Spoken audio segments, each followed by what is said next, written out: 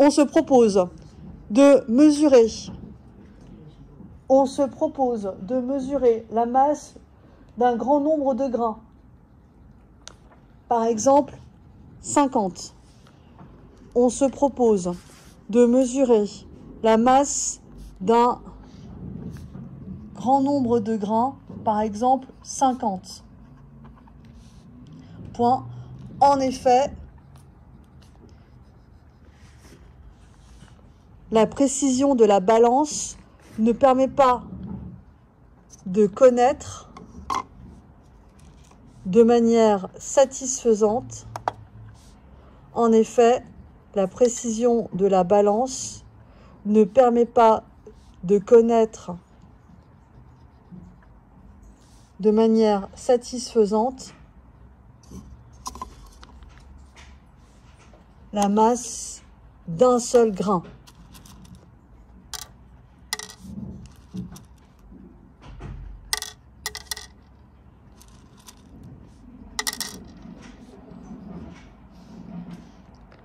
Point. C'est la raison pour laquelle on mesure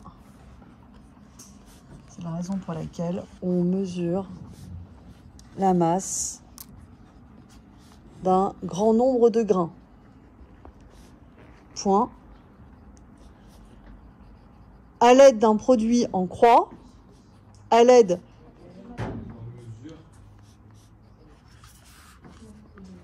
on mesure la masse d'un grand nombre de grains. Point. On mesure la masse d'un grand nombre de grains. Point. À l'aide d'un produit en croix, virgule, à l'aide d'un produit en croix, virgule, à l'aide d'un produit en croix, virgule,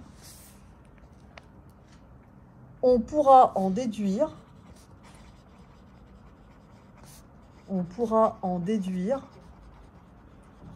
le nombre de grains produits en 2018, de grains de café, hein, on est OK, hein, pas des grains de riz ou je ne sais quoi, des grains de café produits en 2018. On pourra en déduire le nombre de grains de café produits en 2018 en faisant attention aux unités. Donc, hein, on pourra en déduire le nombre de grains produits en 2018 en faisant attention aux unités. Point. On ne va pas le mettre dans le texte, mais on est OK que la production mondiale, elle sera en kilogrammes.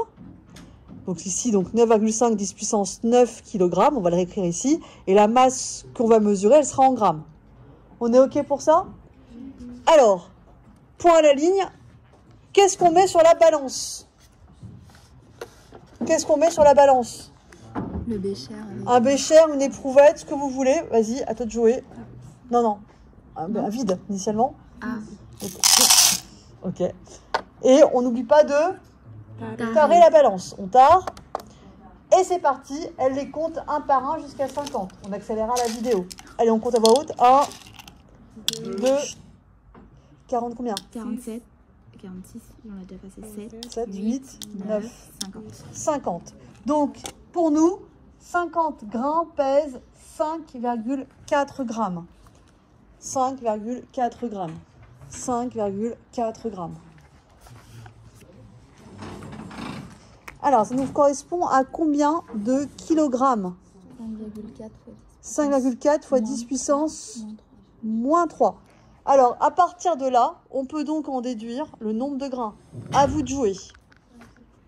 Nombre de grains de café produits en 2018.